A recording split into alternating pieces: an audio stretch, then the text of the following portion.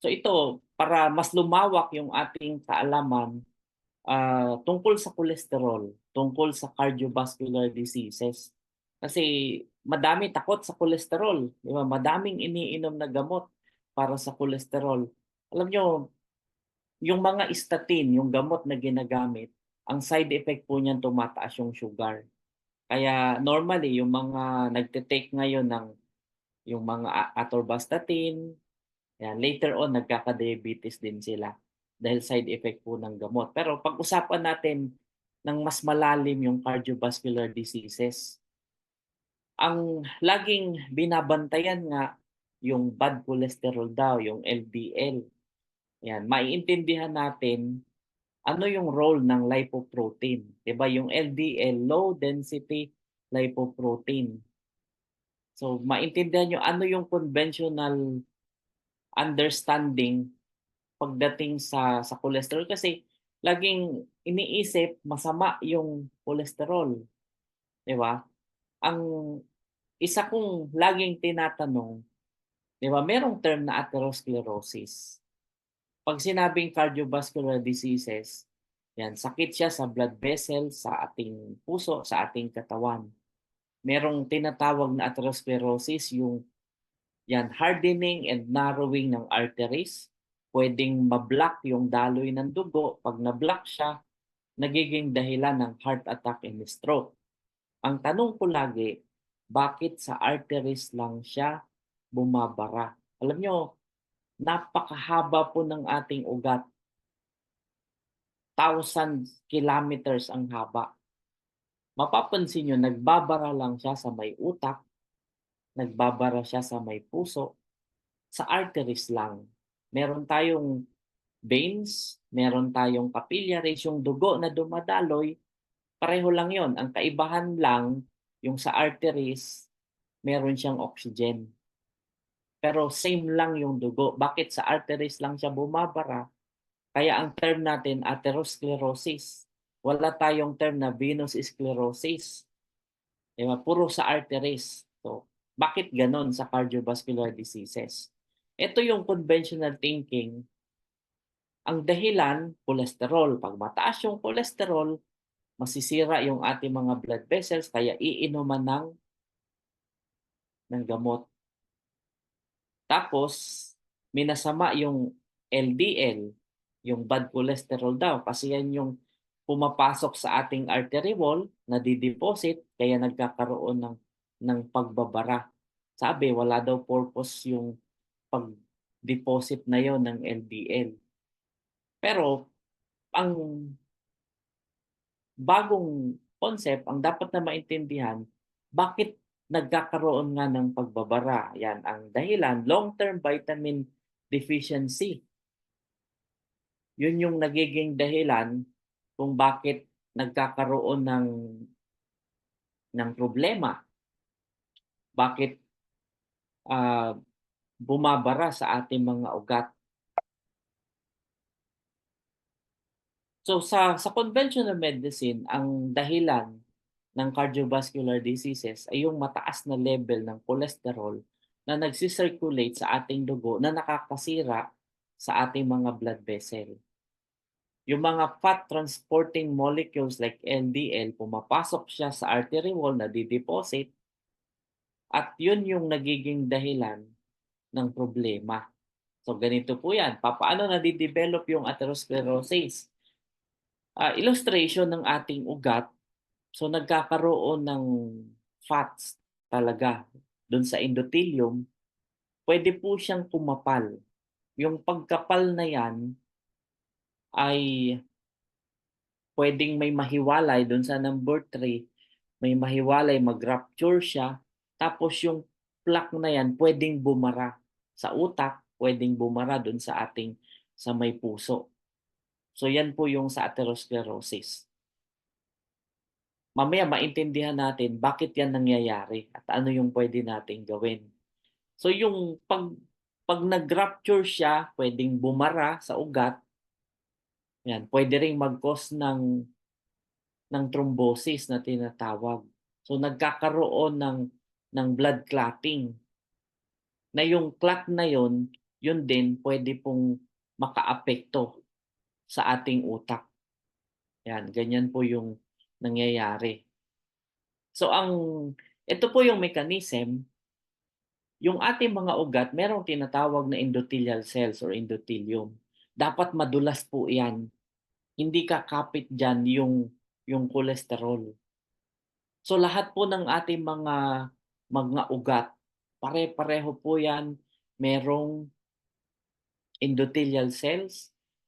Ito yung nangyayari pagka nagkaroon ng crack yung endothelium, dun papasok yung LDL, yung low density lipoprotein para i-repair. Dun na nagsisimula yung atherosclerosis, 'yan.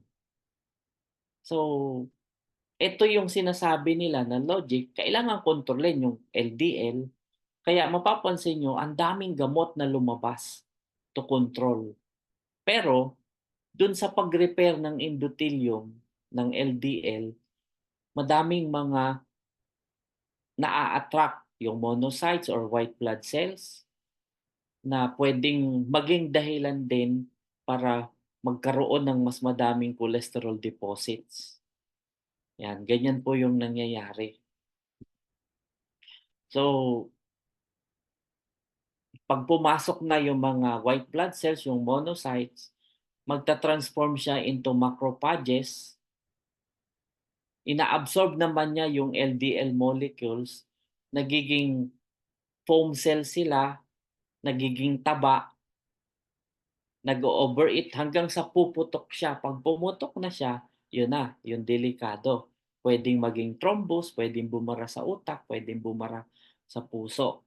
So, ganyan po yung nangyayari sa ating mga ugat. So, pagka, may ganyan na, kung mapapansin niyo halimbawa isang hose na mayroong pagbabara, tumataas yung pressure. Kaya sa ganyan po mapapansin niyo tumataas yung blood pressure. 'Yan. Tapos ang mangyayari 'pag nag-rupture siya, mai-impaired yung pagdaloy ng dugo, 'yan na yung heart attack or stroke. 'Pag sa may utak, stroke. 'Pag sa may puso, heart attack. Sa may baga, yung tinatawag na pulmonary embolism. Ganyan po siya. So yan yung overview niya. So ang sinisisi diyan, cholesterol, LDL. Kaya ang dami pong gamot, pampababa ng cholesterol, pampababa ng LDL to control. Pero ang tanong, bakit kahit madaming gamot, ba't lalong dumami yung nagkakasakit sa puso? Still number one pa rin. 'Di ba? Ang dami pong ngayon na gamot sa puso. May pampababa ng blood pressure, pampababa ng cholesterol, meron sa palpitation, 'di ba? Iba-ibang klase ng gamot. Dito ang laging iniisip, cholesterol ang dahilan ng cardiovascular diseases. Pero bakit hindi nila napalitan? Ito yung binabanggit ko kanina, yung ating mga ugat, arteries and veins, halos 100,000 kilometers, gano'n siya kahaba. Ngayon, ang tanong ko, bakit dun lang siya nagbabara sa may puso? Bakit dun lang nagkakaroon ng deposit ng cholesterol? Dun sa coronary artery na maikli lang yon, about 30 centimeter lang. 'Di ba yung mga ina-angiogram, yung mga naba-bypass, yan lang po yung 30 centimeter long na coronary arteries. Bakit diyan lang nagbabara? Kung tutuusin, madaming mas malalaking ugat, bakit hindi dun nagbabara yung cholesterol? So ito yung sinasabi natin na ang cholesterol po na dahilan ng heart disease, theory pa rin 'yan, pero tinanggap ng marami, hindi na binago yung concept kasi malaki pong negosyo yung gamot. Kaya pansinin niyo, ang tanong diyan, bakit nga heart attack lang? Pare-parehong may ugat, same lang yung ugat natin sa ilong, sa tenga, sa dulo ng daliri. Bakit ang naririnig natin heart attack lang? Bakit walang nose attack, ear attack, or finger attack? Walang gano'n, eh. Walang nagbabara sa may puso lang. Bakit dun lang sa 30 centimeter long lang na ugat, dun lang siya nagbabara? At saka yung pagkaroon ng pagbabara sa arteries lang, nasa arteries lang yung atherosclerosis, hindi siya nagbabara sa veins. So yun yung dapat nating tingnan. Ngayon, dun sa mga mahilig or marunong sa science, alam nyo ba na yung mga animals, mataas yung cholesterol? Ang manok, nasa 300. Ang baboy po, nasa 400 ang cholesterol. Yung iba pang mga hayop yan, yung mga hibernators, matataas po ang cholesterol. Kahit yung elepante, mataas ang cholesterol. Pero ang aso, mataas din ang cholesterol.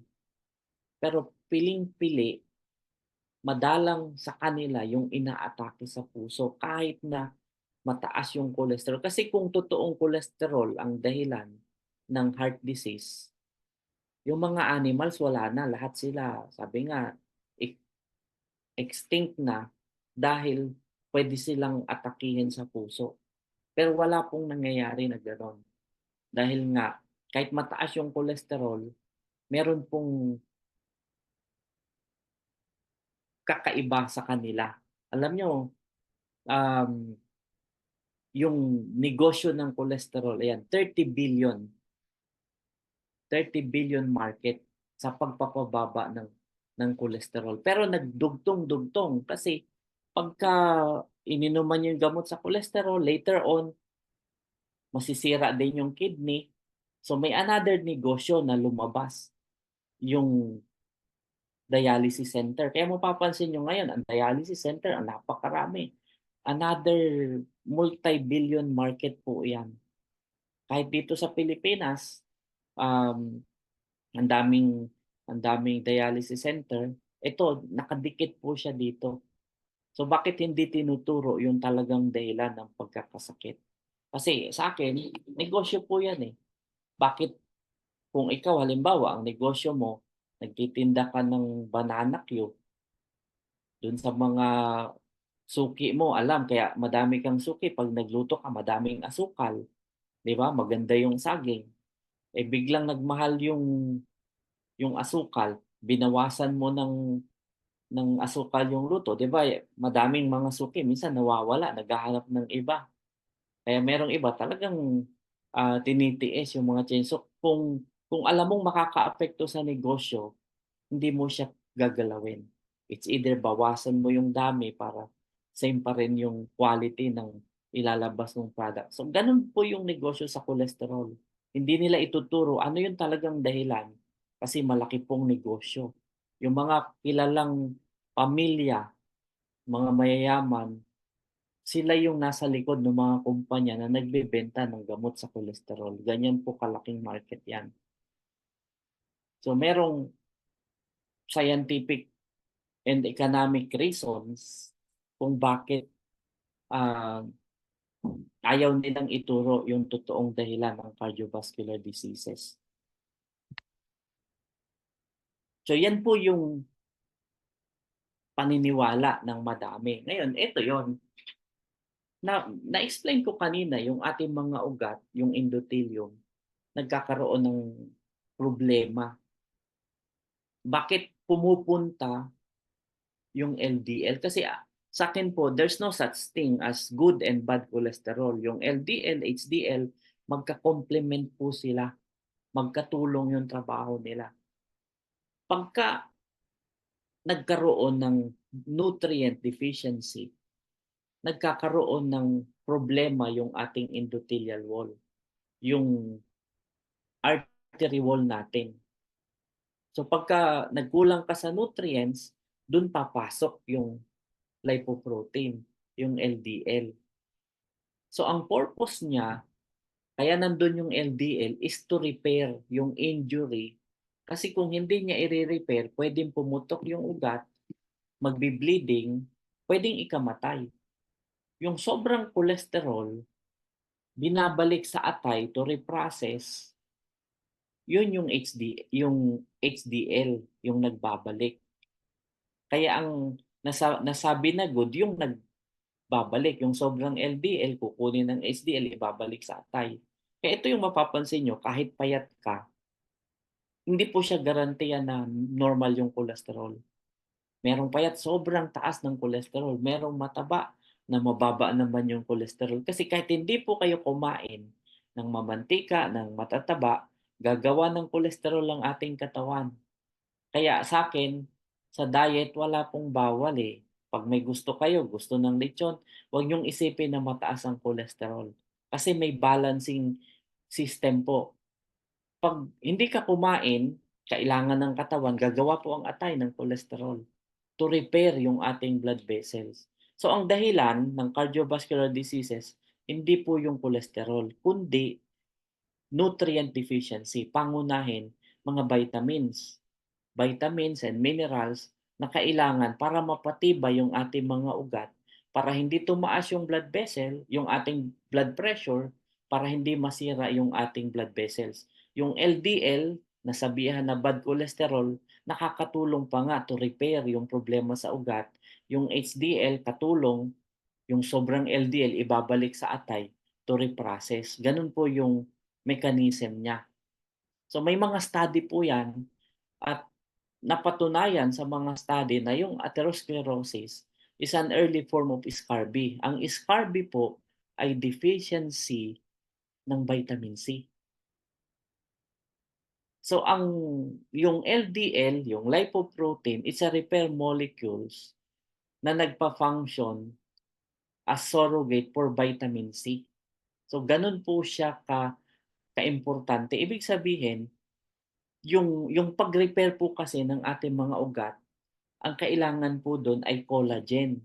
Yung collagen na po-produce sa pamamagitan po ng tamang component na vitamin C at iba pang mga nutrients para hindi po magkaproblema ang ating mga ugat, para hindi tumaas yung LDL. So kailangan tama pong klase ng vitamin C. So yan po yung atherosclerosis. Dun sa mga nag-promote dati ng vitamin C, they are using the name of Dr. Linus Pauling. Tama po, pinomote ni Dr. Linus Pauling yung kahalagahan ng vitamin C. Pero meron po siyang sinabi na tamang form ng vitamin C para i-address yung cardiovascular diseases. Hindi po yun sodium ascorbate. Kasi ang sumikat sa atin sodium ascorbate. Bakit sumikat? Kasi ang sodium ascorbate po ginagamit talaga ng food manufacturing companies as preservative. Meron lang nag-try, ginawang capsule, gumanda yung pakiramdam, ayan, i-promote natin, i-market natin. So, ganyan po naging history sa atin ng sodium ascorbate na sumikat na non-acidic vitamin C. Pero for atherosclerosis, hindi po siya nakakatulong. Pwede makatulong yung sodium ascorbate to lower yung blood pressure para pampalakas ng immune system para dun sa purpose na pagalingin ang atherosclerosis, ibang form po yun ng vitamin C. May mga research po niyan na ginawa. At dito, pinapakita lang sa mga study na ang dahilan ng pagkakaroon ng pagtaas ng LDL ay deficiency ng vitamin C, ng ascorbate na vitamin C. Ayan, mamaya sasabihin ko kung anong ascorbate yon. Pero definitely, hindi po siya sodium ascorbate. Ang vitamin C supplementation base sa research prevents atherosclerosis pero yung tamang klase ng vitamin C. So ito po yung bagong concept natin sa cardiovascular diseases. Ang dahilan is micronutrient deficiency. Pagka kulang ka sa nutrients, yung endothelial function humihina, mababa yung collagen production. Pero hindi ibig sabihin, collagen ang problema, dapat uminom kayo ng collagen. Hindi po. Kasi itong collagen na sinasabi, naturally, pinoproduce po ng ating katawan. Yung mga nabibili dyan na collagen na pampaganda, gastos lang po yan, hindi po siya effective. Yung mga nagpo-promote ng mga artista na magaganda na sila, hindi yan pampaganda talaga. Ano? Ang talagang function niya is to repair yung ating blood vessel wall, yung endothelium, para hindi po tumaas yung LDL. So yung LDL, pang-repair po siya puwede nating imagine yung ating blood vessel para siyang gulong, 'di ba, yung may mga bisikleta ang gulong merong interior. 'Pag nabutas, ang pang-repair natin, basta puwede pang i-repair pinapa-vulcanize, pero 'pag sabog na talaga, papalitan na. So yung mga maliit na butas, gano'n sa ating ugat, maliliit, nagka-crack. Ang pang-repair, ang pang-vulcanize is LDL, pero siya yung napagbintangan kasi may mga namatay, nung inautopsy nakita puro LDL. Kaya yung LDL, siya yung napagbuntunan, siya yung natawag na bad cholesterol. Pero ang totoo, ginagamit siya as repair molecules ng ating blood vessels. Kaya lang sa sobrang dami ng LDL dahil nga massive yung micronutrient deficiency, nag-o-overshoot yung repair mechanism. So sa sobrang dami, nagbara talaga yung ugat kaya nagkaroon ng heart attack or stroke. Yung na-develop yung atherosclerosis, yung inexplain ko kanina. So ang problema is yung endothelial dysfunction, yung artery wall instability. Mababa yung cholesterol, yung collagen production. Ang kailangan ibigay yung tamang nutrients, 'yan. So ito yung nangyayari, long-term vitamin deficiency, nagkakaroon ng weakness yung ating blood vessel wall, nagkakaroon ng crack. Ngayon dun sa tanong ko kanina, bakit dun sa may puso lang, dun sa 30 centimeter lang na coronary arteries? Kasi yun po yung area na napakataas ng mechanical stress. Kumbaga, yun yung gamit na gamit. Yun yung pinakamataas yung pressure. Kaya dun talaga tumataas yung cholesterol. Dun pumupunta yung LDL na madami to repair. So nandun yung highest mechanical stress. Kaya dun halos siya nagkakaroon ng pagbabara dun sa part na yun ng puso. 'Di ba hindi naman siya bumabara sa ibang part ng ating katawan. Meron ba kayong nabalitaan na na-bypass sa tenga o sa ilong o sa dulo ng daliri? Kasi dun lang talaga siya nagbabara, walang ibang lugar, saka dun sa may utak. So yung maintindihan natin ang cardiovascular diseases hindi sa cholesterol nagsimula. Hindi po cholesterol ang problema kundi nutrient deficiency, nagkakaroon ng structural impairment yung mga connective tissue sa ating artery walls, yung pang-repair natin is LDL. Yun yung nagre-repair, 'yan. So yung atherosclerosis, sabing an overshooting repair process, kaya minsan nagkakaroon din ng blood clotting na delikado na puwedeng mapunta sa lungs, yun yung pagmumula ng pulmonary embolism, nakakamatay din po yun.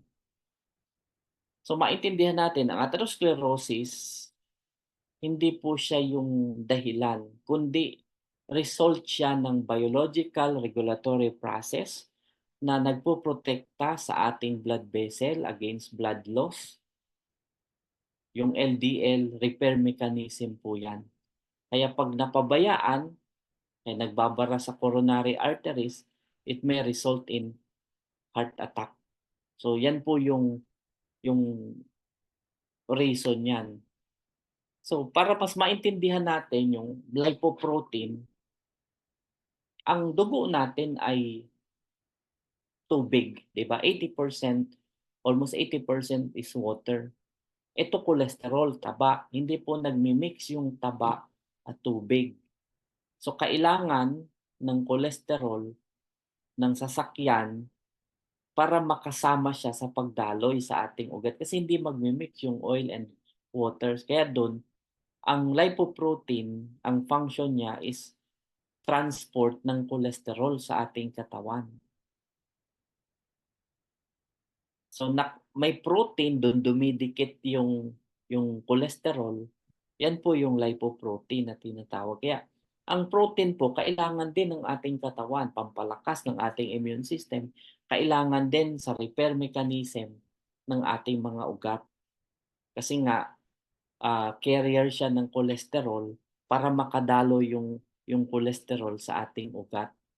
So iba-ibang klase, may mapapansin kayo HDL, LDL, very low density lipoprotein. Ang difference niyan is yung ratio ng fat protein, mas mababa yung density, mas madaming fats, mas mababa yung density. So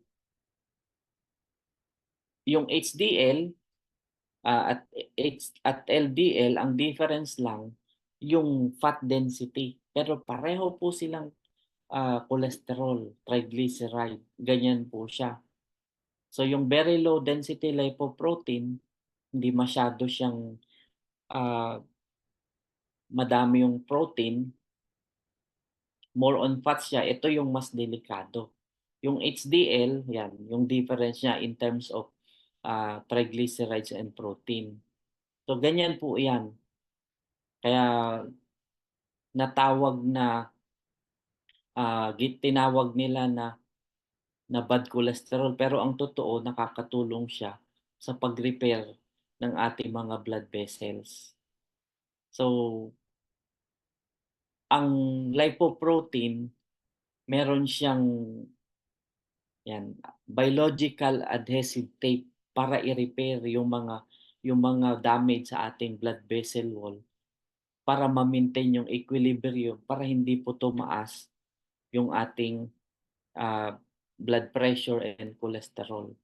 So ganyan po siya, kaya hindi dapat na sisihin or tawagin na bad cholesterol ang LDL. Yan yung mga term kanina, endothelial cell, ito yung sa ating artery wall, may mga connective tissue. So yung pag-repair niyan ay dahil sa cholesterol. Kaya nagkakaproblema ang ating mga ugat, yung mga connective tissue, humihina yung collagen and elastin. Kaya lang may sumisikat na collagen product. Sa akin mas maganda naturally yung pag-produce ng collagen, hindi yung iinumin mo na pagkamamahal. Yung isang inuman mo 300 pesos, 'di ba, yung isang sikat na collagen brand. So naturally nagpo-produce ang ating katawan ng collagen. So para mapalakas yung collagen production and elastin, ang pangunahing nutrients na kailangan is vitamin C. So sa mga study, ipinakita na yung atherosclerosis talagang dahil sa nutrient deficiency. Madami pong research na ganyan. At ang importante, mapababa natin yung risk pagka na-supply natin yung tamang nutrients, yung tamang klase ng vitamin C at iba pang mga nutrients para mapatibay yung ating blood vessels, at the same time yung maganda yung production ng collagen. So sa mga study, pagka binigay yung vitamin C, bumababa yung risk sa cardiovascular diseases. Yan. Base po yan sa pag-aaral na napublish noong 2003 sa Journal of the American College of Cardiology. Yan, nakita din sa isang study rin, Canadian Journal of Cardiology, malaking tulong yung intravenous treatment ng vitamin C para dun sa mga bawa na stroke, sa recovery.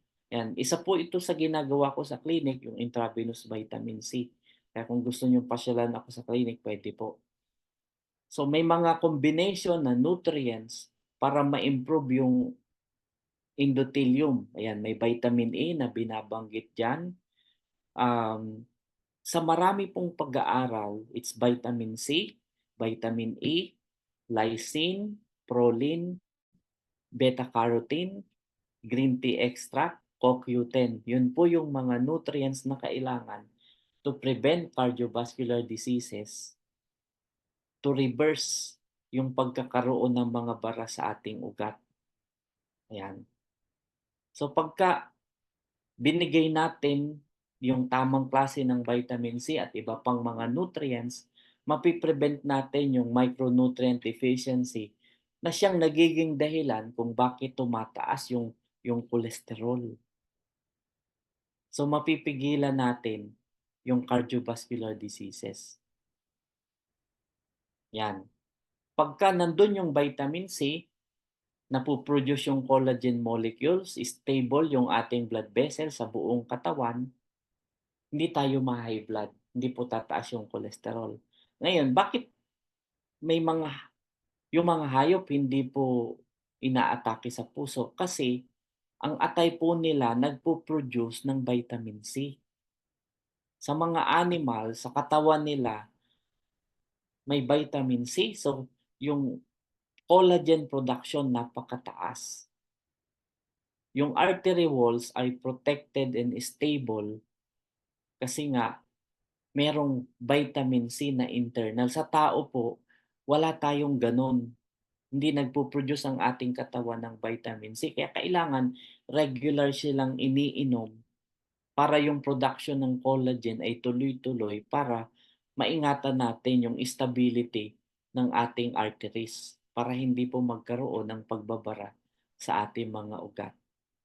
Yan. Ang collagen po, ang kailangan amino acid, yung lysine and proline. So ito po yung para hindi po magkaroon ng cholesterol, kailangan matibay yung ating endothelium sa pamamagitan po ng collagen. Ang collagen para ma-produce, yan, amino acid na lysine and proline. So ito yung mga dapat na component kasama ng vitamin C para mapatibay yung ating mga blood vessels, makaiwas sa cardiovascular diseases. Yan. Madami pong mga study niyan at may mga para dun sa mga doctors mismo, may mga journals na pwede nating ibigay para ipakita itong concept na ito na malaking tulong. Ito talagang naobserbahan na natin ito, madami mga pasyente nakapag-try ng yung vitamin C product na may lysine, may proline. Ngayon nagtatanong, bakit po may bioflavonoids? Just to protect na hindi po ma-oxidize ang vitamin C at ma-enhance yung absorption, kailangan po yung bioflavonoids. At yung bioflavonoids po mismo, yun ang source ng vitamin C. Kasi meron pong batas tungkol sa, 'di ba, yung RDA, RDI. Kung titingnan nyo, napakaliit po ng vitamin C. Ang dose lang should be 60 to 100 milligram lang. Ang kailangan natin mas marami. Kaya lang, hindi po siya pwede na ganong klase ng vitamin C kasi ang vitamin C maasim sa sikmura. So dun papasok yung bioflavonoids na mayaman sa vitamin C na yun ay para matiyak yung collagen production. So sa tao, walang vitamin C na napo-produce sa atay. Sa animals, hanggang 20 grams. So, kailangan natin talagang kumain ng mga prutas, gulay na mayaman sa vitamin C. 'Di ba ang diet halos nila, fruits and greens. Kaya mataas pa yung vitamin C sa diet. Tapos tayo, sa pagluluto, sa processed food, wala talagang vitamin C. So, kailangan yung additional support ng vitamin C. Pero tamang vitamin C lang dapat. So ito yung tanong kanina, bakit sa arteries lang nade-deposit yung vitamin C, hindi sa yung cholesterol, hindi sa veins? Bakit nagkakaroon ng deposit ng pagbabara dun sa coronary arteries lang? Kasi yung arteries na yun yung mataas yung mechanical stress dahil sa constant heartbeat. Yun yung mataas yung demand for micronutrients. Kaya dun lang lagi nagkakaroon ng pagbabara. Dun lang yung binabypass. So ang kailangan ay i-supply yung vitamin C para hindi humina yung artery wall, para hindi tumaas yung cholesterol at ma-reverse yung cardiovascular diseases.